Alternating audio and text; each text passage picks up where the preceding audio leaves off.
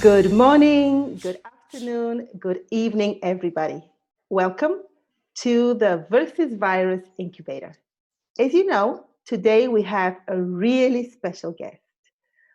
Today we have with us Christoph Birkholz. Birkholz. He is the co-founder of Impact Hub Switzerland and the co-founder of Impact Hub Zurich, in addition to other things and other organizations. And this is the very long awaited presentation on fundraising. So, Christoph, how are you? Are you ready to take us on this beautiful trip with you? I am. Thank you so much, Brianna, and thanks for inviting me for this session. And I hope I can meet the expectations that people had in hearing about fundraising. Yes, I'm sure. So take it on. Take it away from here. Cool. Thank you so much. So everyone here in the Zoom, participants of the Versus Virus Incubator, as well as those watching on YouTube, I would like to walk you through some of the experiences that I had in fundraising in the last 10 years. And the way I would like to do is share maybe the first half an hour some learnings, and then in the second half an hour really take your questions here from the Zoom, from the incubator participants, but also if should there be questions on the YouTube chat or so, I'm sure we managed to get them into here. So I will show the presentation now. I think my colleague Daniel in the background is flipping through it. So the Versus Virus incubation program runs now in, I believe, the fourth or fifth week for the first teams that joined, but there were still teams joining last week. So really cool to see this program that spreads all across Switzerland, basically, and have the teams in there.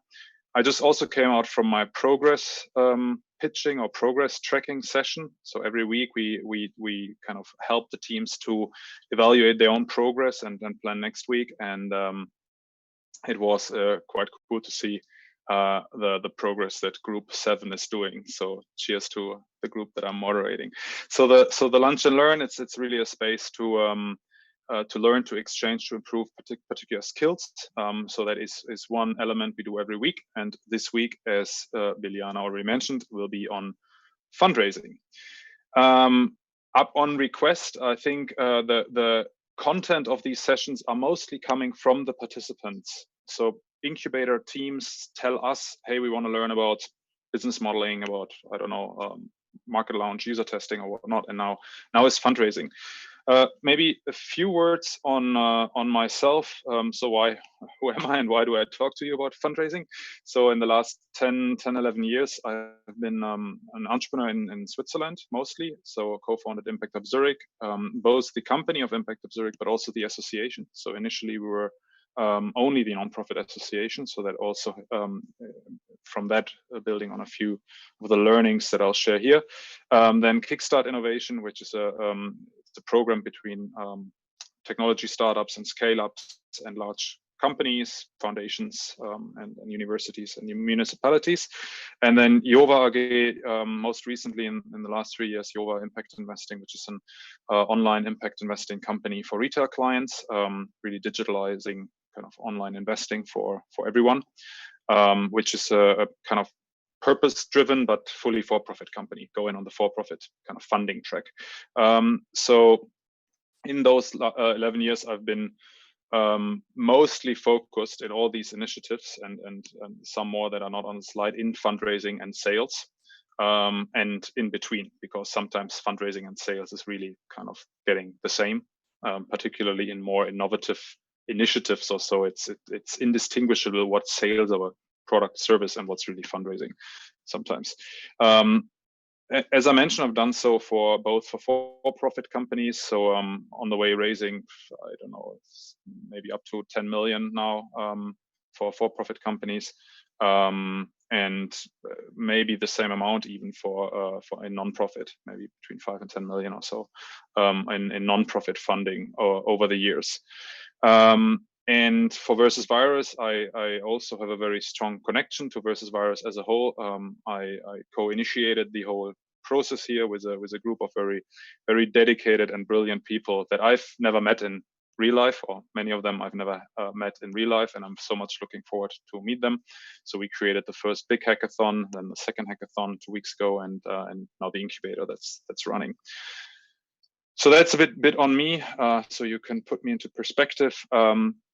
The structure that you can expect now is fundraising from foundations. So that's mostly for nonprofit, not only, but mostly for nonprofit projects. Also for projects that start nonprofit, but might later turn for profit or both, hybrid. So that's also, it's not I just shared it in our progress tracking earlier. It's not a path for the rest of the life of an organization, but it's a path you start with, and you just have to be very transparent in case you change things.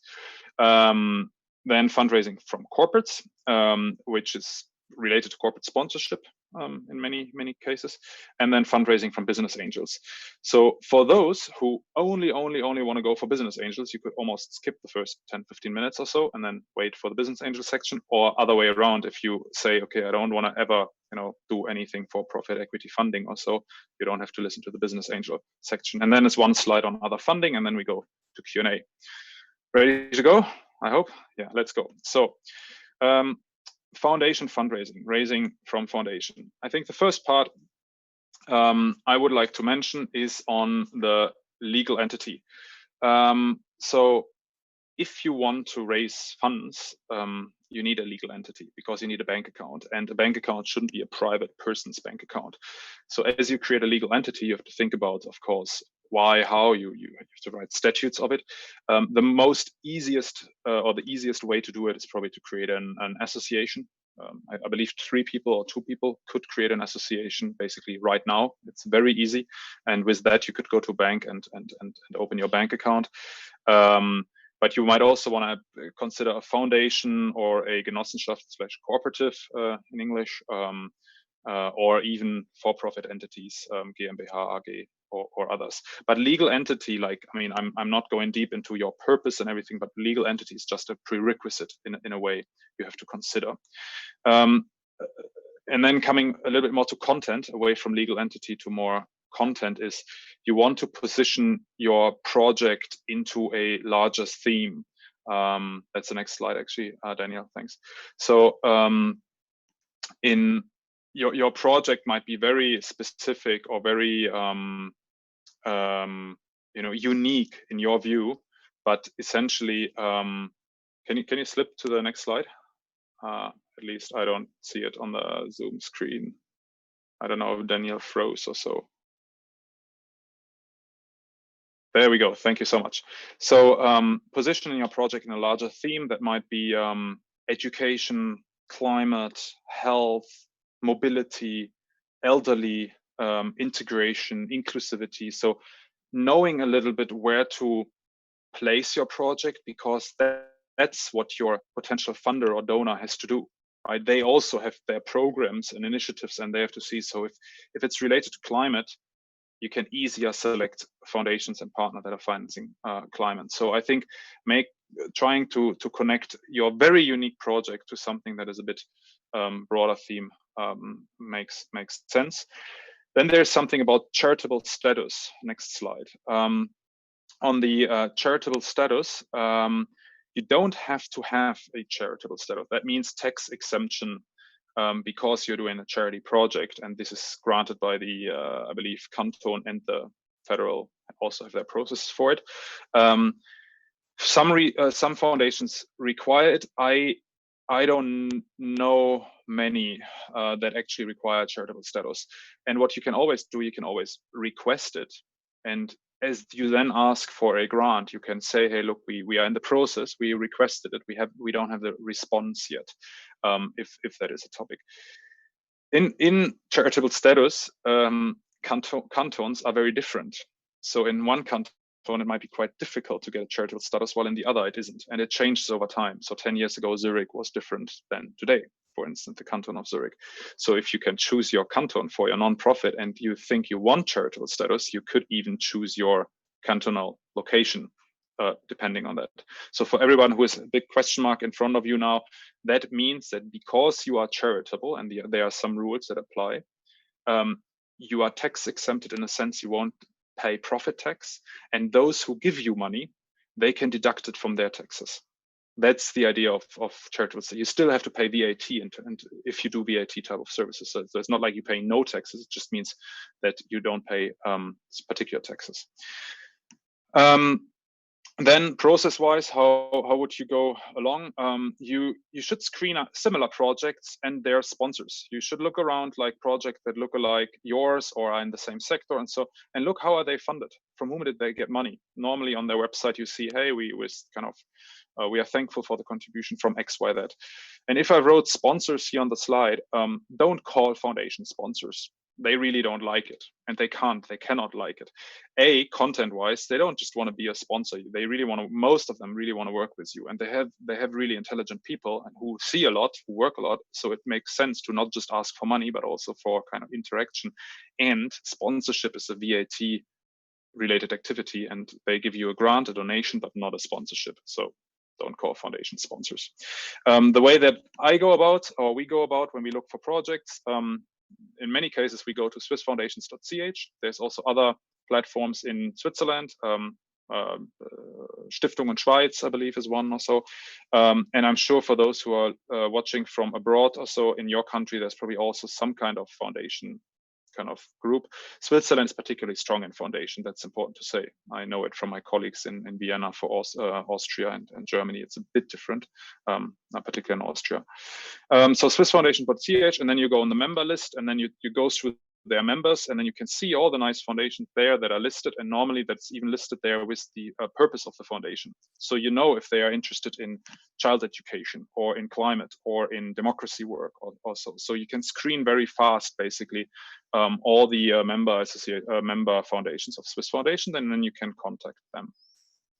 Before you contact, please do some homework, right? It should be professional for anyone. Check their website, check at least the mission statement and the topics they are funding, maybe the projects, maybe you go as deep as checking their annual report to know a little bit, okay, how much money do they give out if they disclose it? They are not obliged to disclose it on their website. And I think another thing you could do before you call is familiarize yourself a little bit with terms in the kind of impact and nonprofit sector and community. So the social impact value chain, for instance, it's input, output, outcome, impact. Right? That is a kind of it's a framework to kind of explain your impact or your relation to impact. Or theory of change is another one I didn't mention here, or impact measurement is one that I mentioned here. On stiftungmercator.ch, they even offer, I believe, free courses to learn about social impact value chain for projects that are interested in applying.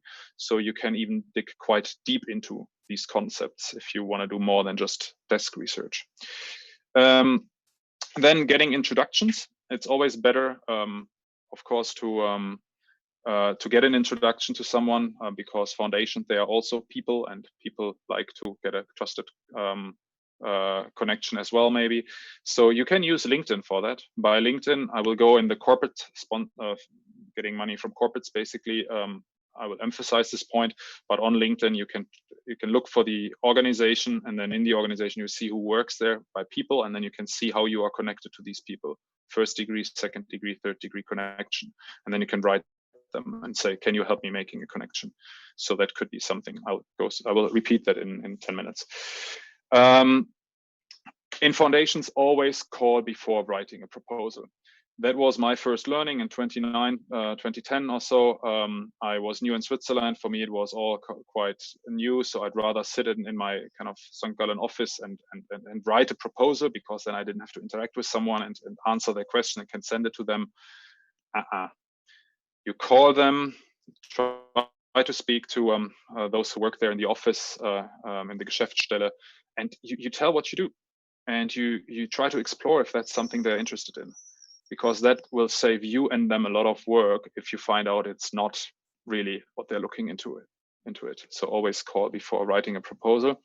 How you can strengthen your project, your very early stage project. I'm assuming now we are not talking here about a big NGO that is kind of having a big fundraising team. Maybe you joined this call here, but it's maybe more focused here on those who are very early on projects.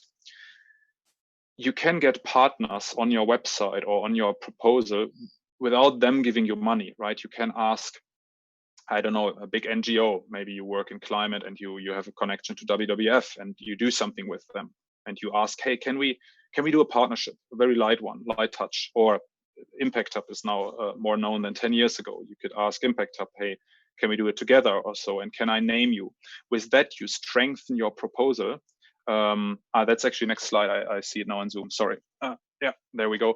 So with that, you strengthen your pitch or your project because you signal some kind of trust because you have more partner, and you didn't. It's fairly easy to get those because you don't ask those partners for money. With them, then you go and ask for funding. Foundations like to see, and that's next slide here, like to see a path to financial stability.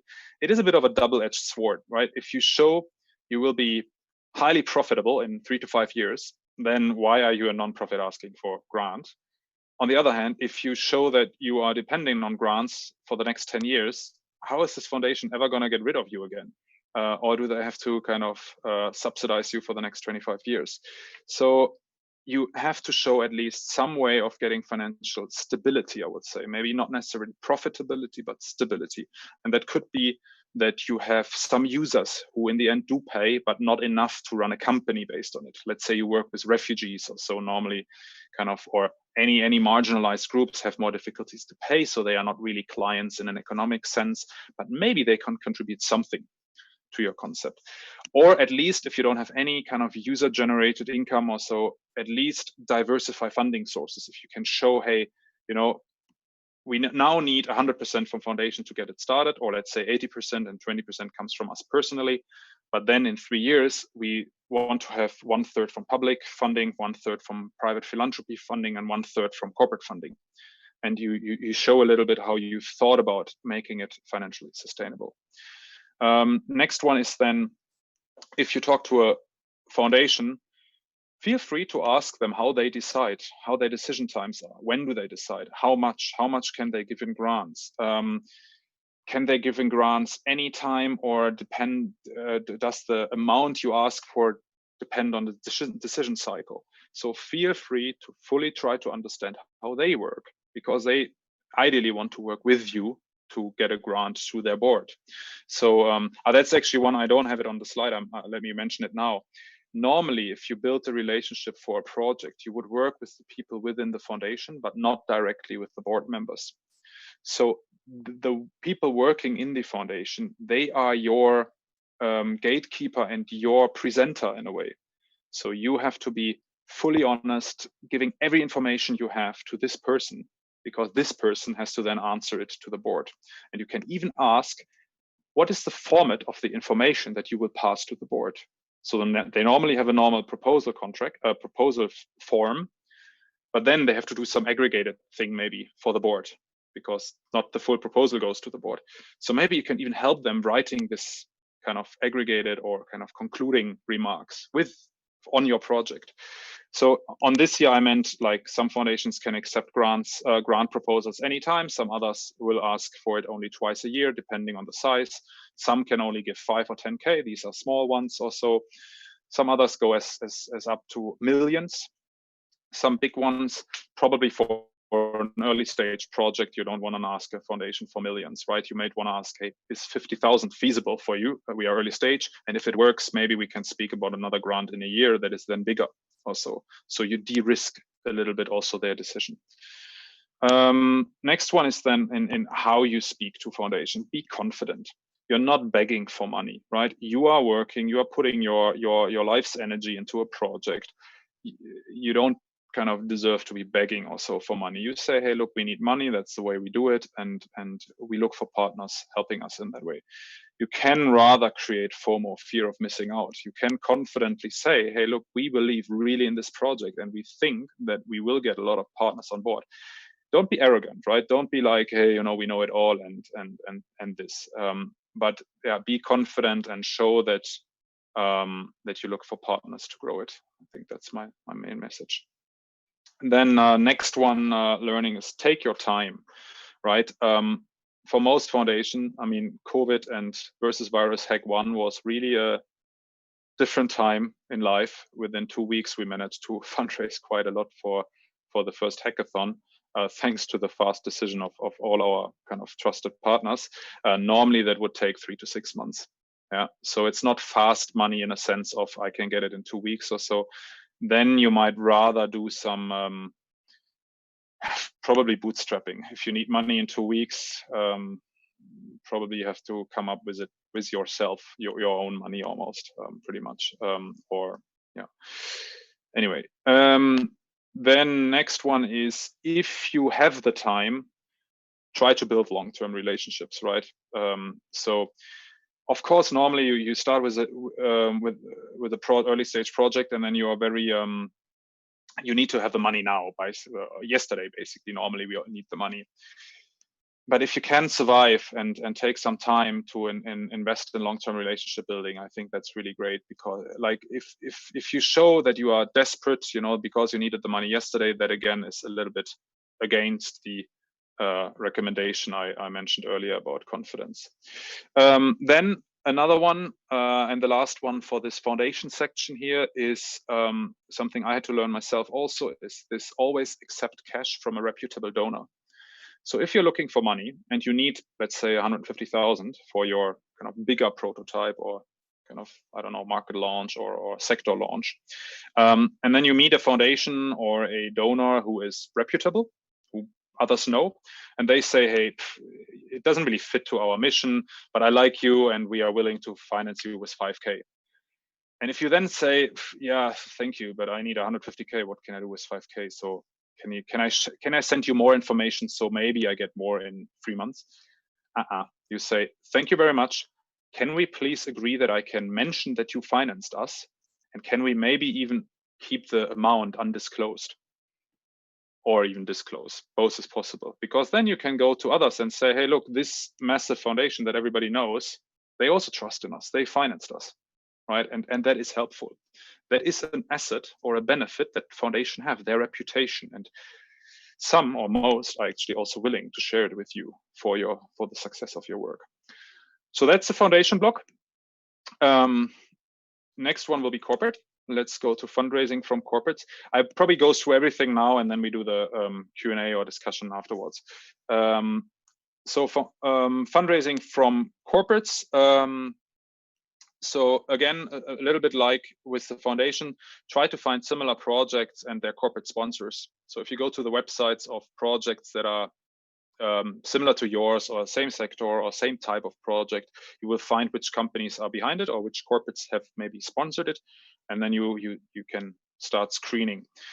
From those corporates or others, check their CSR strategy, corporate social responsibility strategies.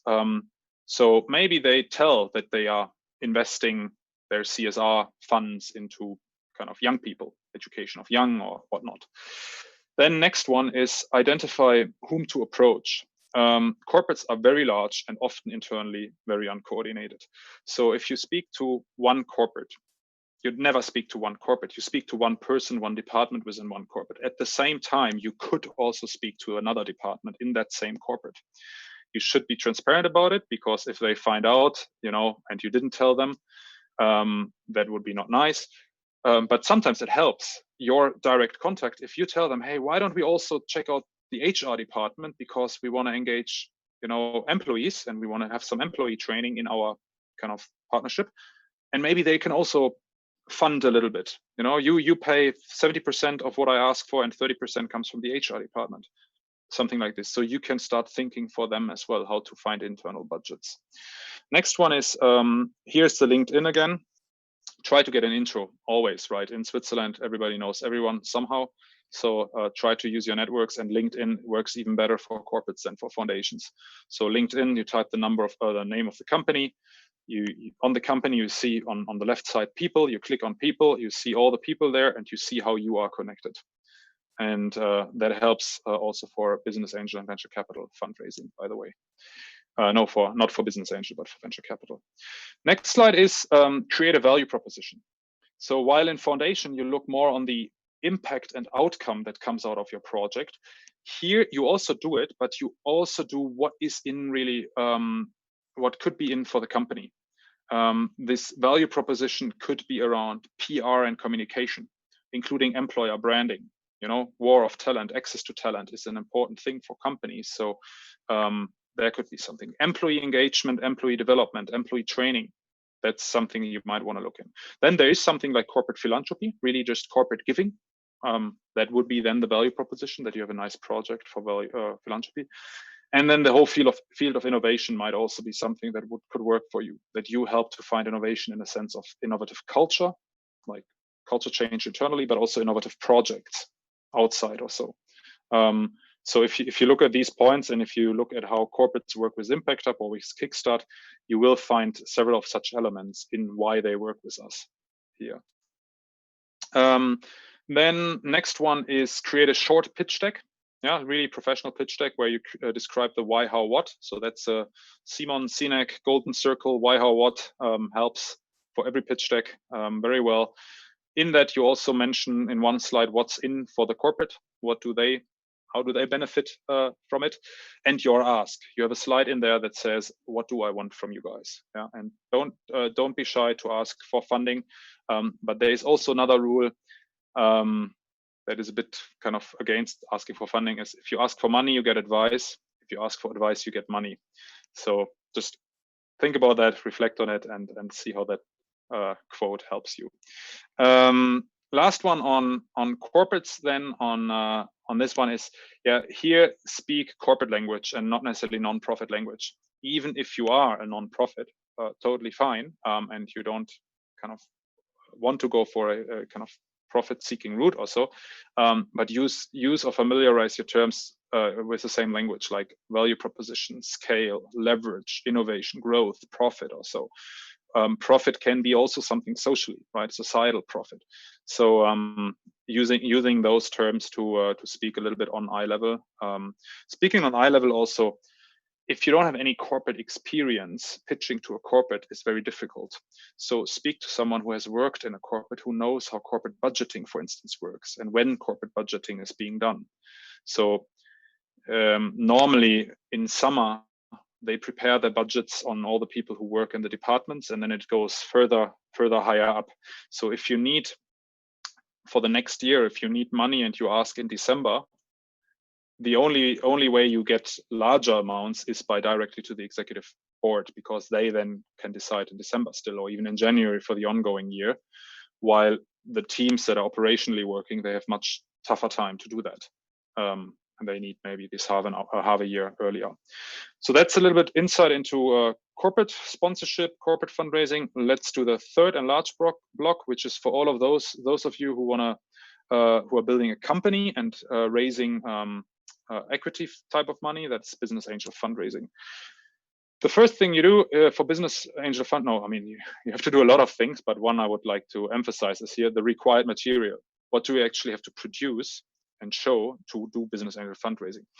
And I would recommend to have a teaser deck, 3 to 10 slides on what you do. Again, using the why, how, what framework, maybe market size. I have another recommendation on that.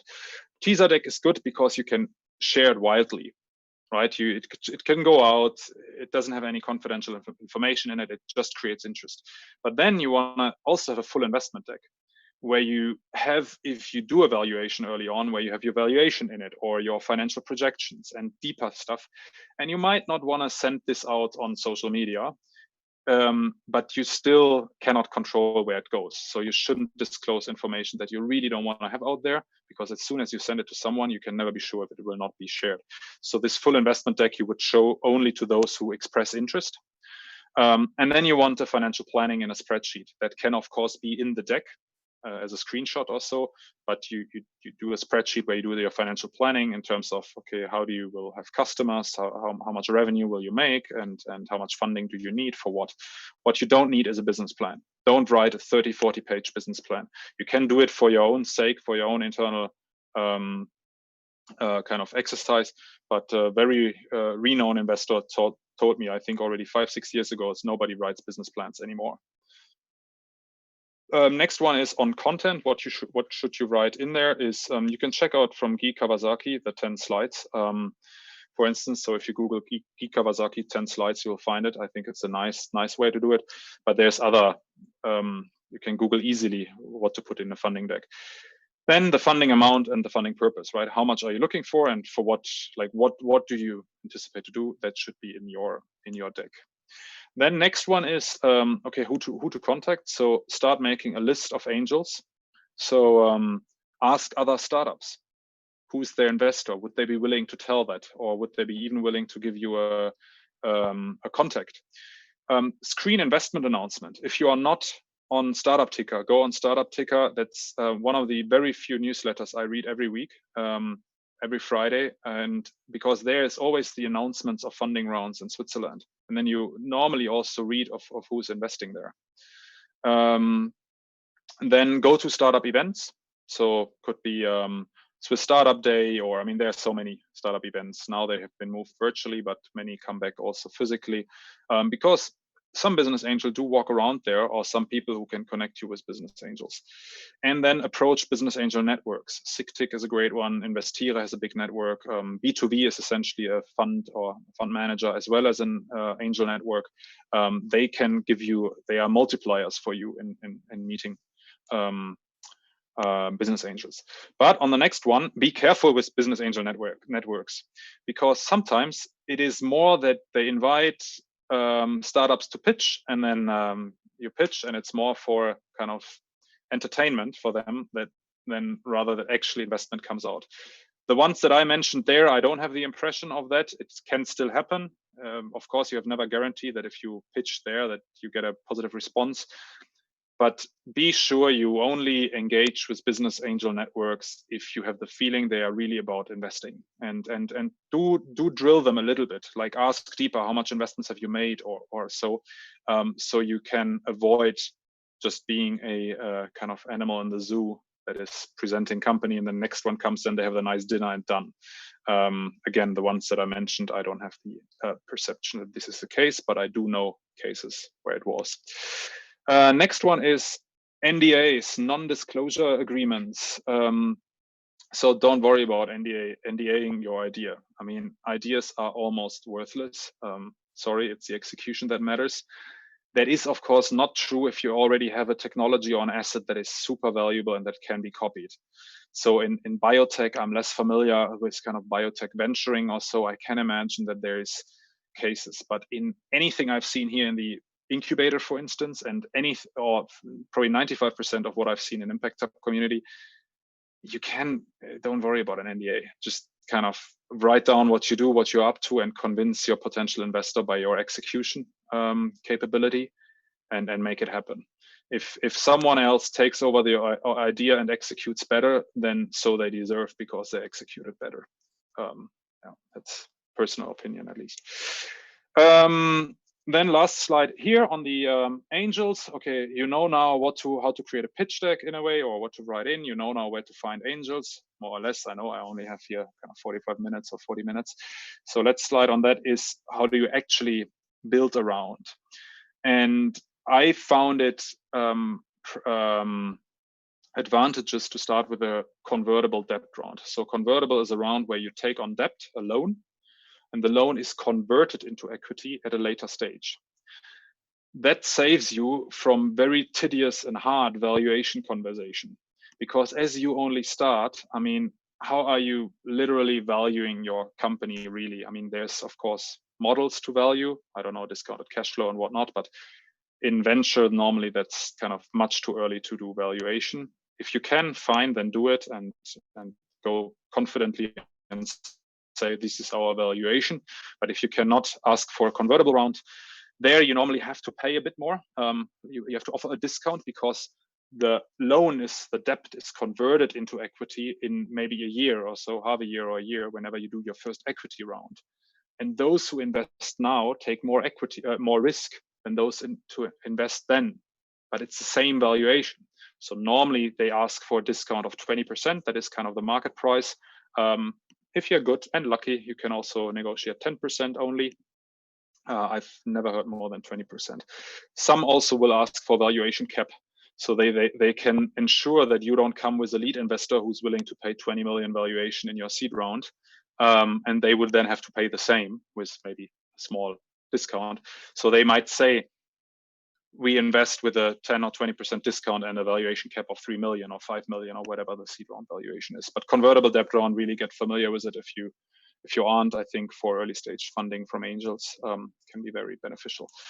And with that, there's last slide on other funding sources. Sorry, I will go through it very fast, and then we have about 20 minutes, I think, for Q&A left. So other funding sources that I haven't touched upon here is, next slide, please, Daniel, thanks, is crowdfunding, of course. We make it as a crowdfunding platform. There used to be some more. I don't know which the strongest. There are some more now. Crowdfunding is also not free money in a sense. You have to put in quite some work to make it happen. If you want to do it yourself without a platform, speak to the team from Republik, from the magazine. They did it themselves, and I think they did the masterpiece of crowdfunding in my view. They did it very well in Switzerland. Another one could be prizes, awards, SAIF awards for social entrepreneurship. There are awards for innovation. There are awards from the Swiss Economic Forum, if you have a kind of more of an SME track. Then incubation programs. Venture Kick is an incubation slash very early stage acceleration program where you can get funding as well. And also, even for non-profit, it's not only for-profit, at least the past for-profits had one there as well. Public institutions, so Swiss government, international EU funding also could be a route if you have a kind of more of an R&D type of approach, like an innovation, a technology that you want to commercialize. InnoSwiss, that is government in Switzerland, but they do stuff for startups. They cannot finance projects directly, but they can help you in a lot of ways on its path. Then corporate sponsors, including CSR. I had this in before I decided to create a whole section out of it.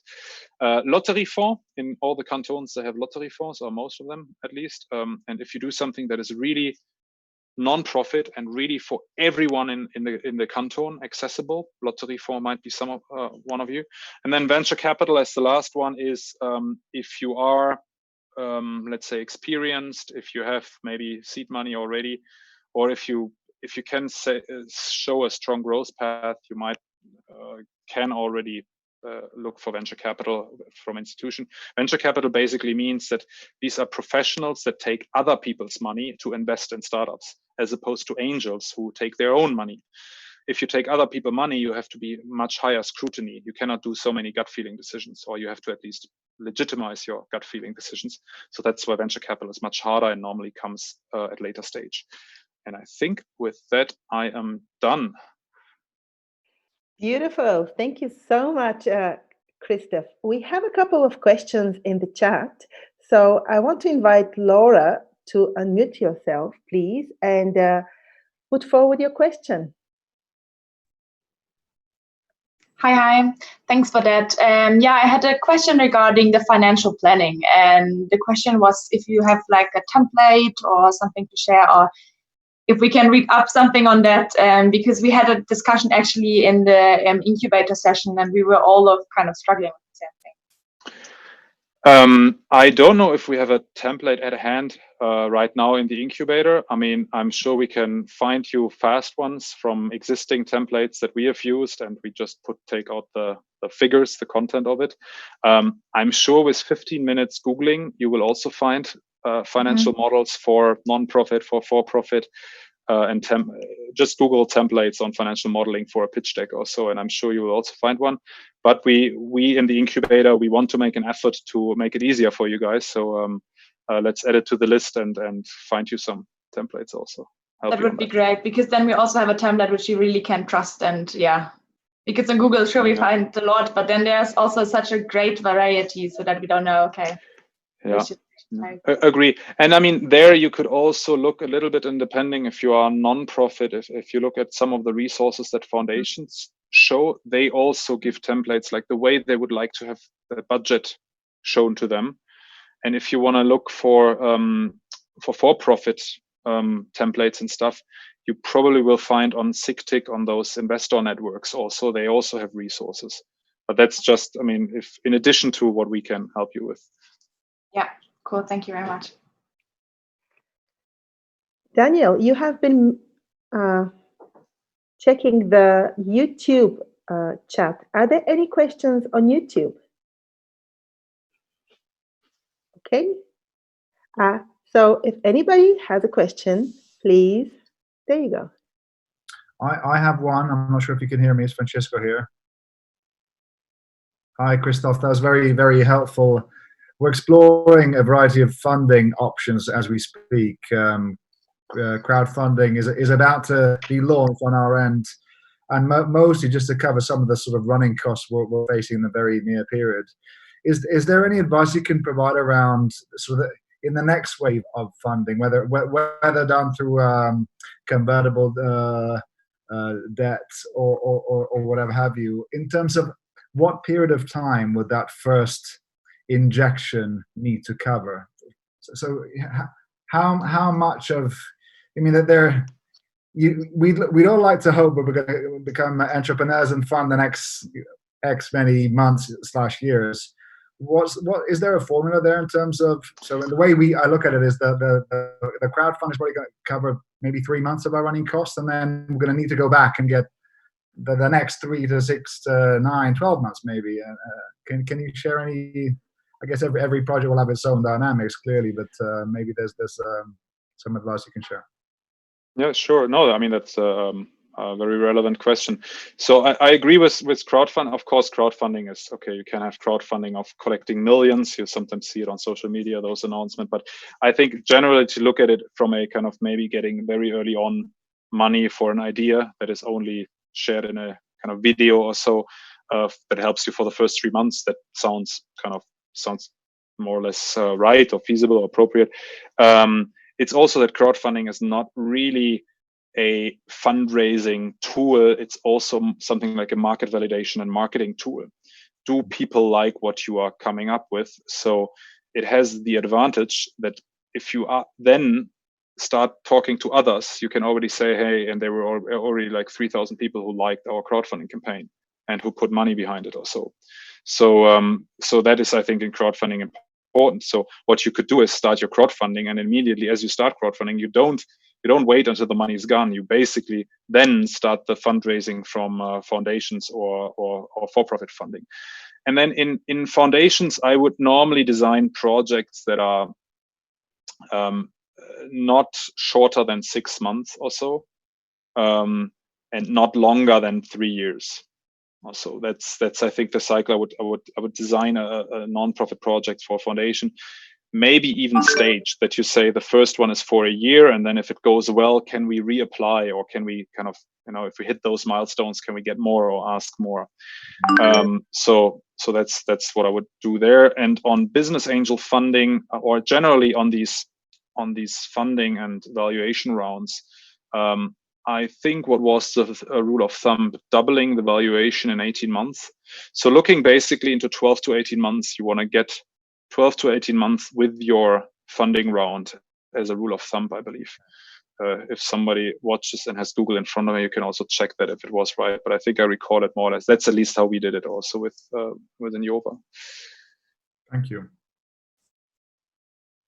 We have Romano who has posed 2 questions. Would you like to unmute yourself and ask them directly?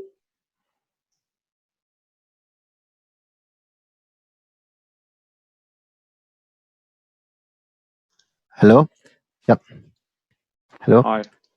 We can hear you. Should start also my video, I guess. No, doesn't start. Okay. So I just speak because I just ask a little bit more about the convertible debt, because if I understood well, is something to help at the beginning, for example, to avoid to share too many parts of the company with maybe if you have so many customers, for example, and it's something to avoid to have the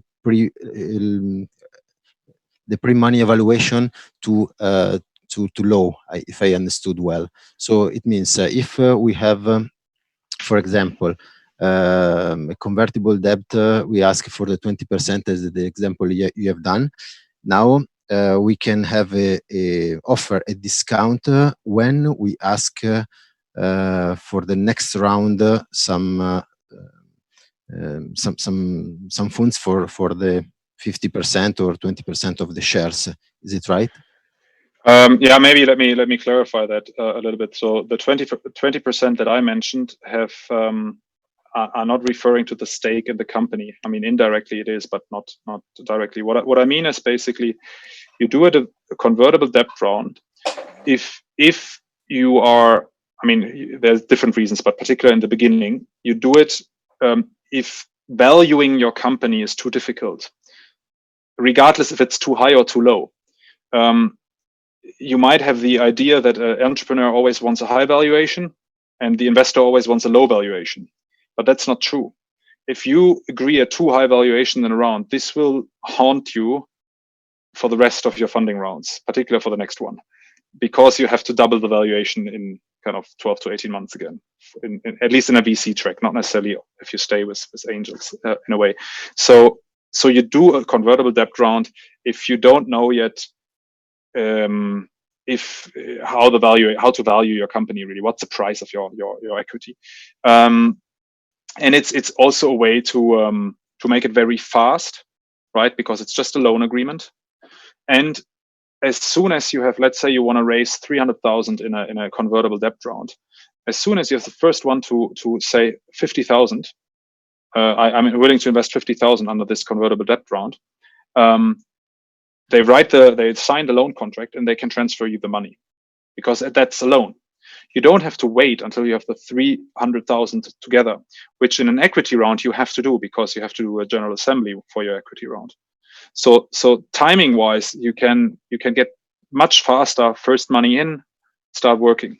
So these are all advantages of a convertible debt round. Now, a investor who invests now in a convertible debt round, this loan will be converted into equity in a year or 1.5 when you do your first equity round. And for this, then you will do a valuation, right? And this valuation might be 2 million or 5 million or so.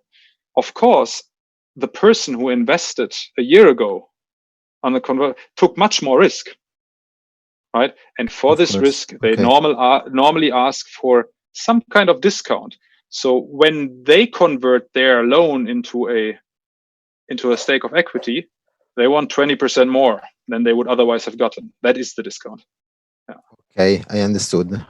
So we pay the risk more than the second investor, for example. So the first one get the risk, so we pay a little bit more because to have a gift for his risk at the beginning. Or her risk. Okay, thanks a lot. Can I take you a step back, Christoph?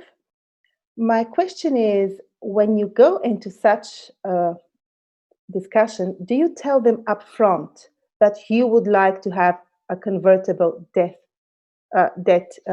round?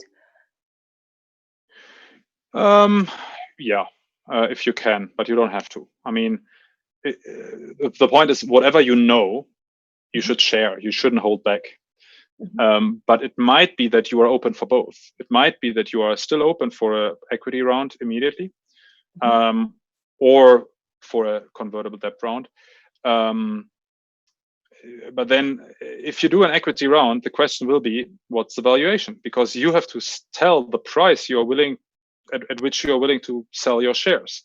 So this question comes, and this is not a so easy conversation. It's an art, not a science. There's gut feeling, there's negotiation power, and again, it's not advisable to try to get the highest possible.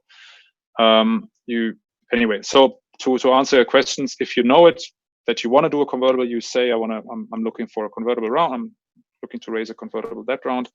You can even say I'm willing to offer a discount or a valuation cap. But you can also try to say no, and try to get terms without a discount, or let's say not a 20% discount. It can work, I know this. And are there particular investors who are interested only in convertible debt rounds? There are. So business angels, many of them do both. Some only do equity rounds because they don't want to play this game of, I don't know the actual price of the equity stake because it will be converted later and someone else will do the decision for me. The lead investor who comes in, not me, which they can manage this risk with capping it. But some angels don't like that, but most are open to both. VCs, I think, do not really like convertible debt rounds. However, there are some specialized VC type of investors who only do convertible debt rounds. That's basically their specialty. There is one in based Technopark as well, I believe. I see. Thank you so much. We have a question from YouTube. Daniel, would you like to unmute yourself and tell us the question that came in?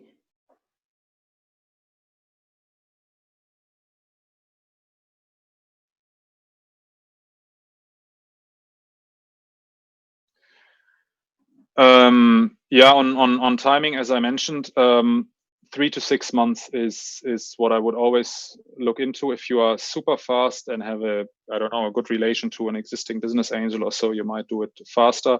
But for foundations, anyone who is institutionalized, who has some governance internally, who is any organization in a way, they have to do their internal checks and balances on your funding proposal. So then it takes easily 3 to 6 months, roughly. For more complicated and larger for-profit investment rounds, I would advise to look into 6 to 9 months, because one experienced entrepreneur once mentioned there's 3 things you want. You want a good valuation, you want good terms, and you want to have a fast closing. But you can only have 2. So choose two of the 3. You cannot have it all 3. So having more time allows you to have a better valuation and better terms in the deal. But that's venture capital. That comes maybe later. And the amounts, again, it really depends where your project is and how far you are. Let's say an first investment round, if you have never taken on money from no one, only bootstrapped personally money, unless you are a high net worth individual, would normally not be much higher than 1 million, 2 million or so. And for non-profit, even lower. If you don't have a relationship already with foundations, that they've worked with you in the last years, and so they know you, they know that you deliver what you say, then you would normally ask maybe for money up to 50 or even 100K on some of the more entrepreneurial foundations. You don't ask them for 500K or 1.2 million or so immediately, right? That has to grow. And that also, you want to grow as a kind of person and project before you ask so much amount. It's a lot of money. To always think about what this could be done elsewhere, right? Don't just take money because you think you are so important, right? We all have to be humble there. Yeah, I think that's it. And then if you need more capital, if you build like super ambitious big ones, up to 10 million, Switzerland is still place now. 5 years ago, I would have said maybe up to 5 million, up to 3 million, now up to 10 million. Beyond that, Switzerland gets tougher and tougher. That's changing now, fortunately. There are more growth funds. But yeah, some have to then go to the US or so if they have to raise 100 million or so for a very innovative approach or so.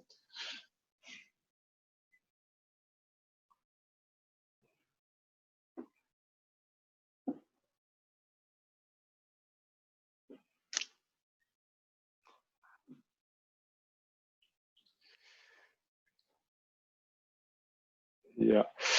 So how to find a business angel? I mean, as any networking, finding anyone means hustling. So sitting down, going out, talking to people, use your network, go on LinkedIn, look who has invested in X, Y, Z, check out venture capital reports, check out startup tickers announcements, really really dig into that sector. And then you will see that certain names pop up. That you can also look at who were the entrepreneurs 5 to 10 years ago who built successful companies, right? I don't want to mention them now because, I don't want to kind of single out anyone, but you know which digital companies in Switzerland have had exits in the last 5 to 10 years or are now known. So all these people, they made some money, and most of them are actually staying entrepreneurs and also business angels. So that's a hint. I mean, if you go, let's say you go to B2V, since it's public, b2v.com, very professional angel network and investor, super nice, really pioneers in Switzerland since 20 years now. And on their website, b2v.com, you will find the list of angels in their network. So it's public, and then you can start referencing. Do you find those names again? And that's the hustling that we all do in building our network. You cannot now say if you like my answer or not because you're not in the Zoom, but I hope it helps you to get started.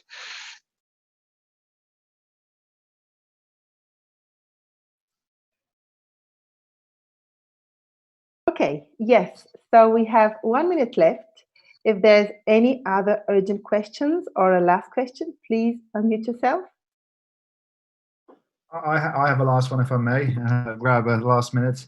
On the VC side, not to ask for any names, but perhaps on the sustainability side of things, on the CSR side of things in the Swiss ecosystem, are there any obvious places we should be looking at, Christoph? I first thought you mentioned on the kind of sustainability side of investment, because that's a topic I didn't really touch upon. Is impact investors, right? If you search impact investor companies, impact investment funds, also you will also find an interesting niche of institutionalized investors. But on the you mean on the corporate CSR side? No, on the impact investment. I'm on the Geneva side. So there's a whole ecosystem on this side around sustainable finance Geneva, for instance. Yeah. So I think there is a kind of some impact investing associations. So if you Google impact investing association Switzerland or so, I think you will find what's her name again? There was anyway. So impact investors. So that was my PhD on impact investing. So I used to know the sector very well. I still do a little bit. Most of them professionalized as much as venture capitalists as well. So it won't help you to you still have to show financial profitability. An impact investor invests money to bring money back. They are more mission aligned impact investors. And there are a few, right? I mean, a very new one, if you are into saving CO2 emissions, is Übermorgen Ventures, for instance, founded by two renowned business angels, a group of 4 then who founded it. And they are only financing companies that are saving CO2 and can show it. There is, of course, Responsibility, largest microfinance investor in the world, or one of the largest. They also have a ventures arm. There is in Munich, there's the Ananda Venture Capital, formerly called Social Venture Capital Fund, and Bonn Ventures, the pioneer sort of impact investing in German-speaking Europe. There is in Geneva area, there is what's his name again? Quadia, of course, Quadia Investment, QUADEA. How to multiply that? You check out the EVPA, the European Venture Philanthropy Association, and maybe you go to their annual meeting as a participant, or you try to find members there or sponsors there, and then you find a lot of foundations and so also not only venture capital type of institutions moving to impact, or former for-profit business angels moving to impact. It's also foundations have become more and more like impact investors. Elea is one. Elea is a foundation, but they do impact investments. So they also want to have money back in a way. Thank you loads. I asked for a minute, you gave me 3 and lots of leads. So I hope my yield investment will yield as positively as this session. That's good to hear. Thanks for having a happy customer. Thank you, Francesco. Thank you, Christoph. Thank you for sharing all your knowledge, all your experience, all the learnings that you've gained throughout the years. Uh, as you know, you will be able to reach Christoph in our Slack versus Virus Incubator channel, and he will be able to talk to you. And as you know, you will also get access to his PowerPoint presentation again in the Versus Virus Incubator channel. And next time, as Christoph rightly said, we organize for you what you want to learn. And you all want to learn about business modeling. So next time we have Nora Boozer. She will be sharing her knowledge about business modeling. This will be, of course, next Friday. So thank you very much for showing up. Thank you very much for your presentation, Christoph. Have a lovely lunch if you haven't had it yet. Goodbye. Thank you, everyone. Good to see you. Ciao, ciao. Thanks a lot. Thank you. Bye.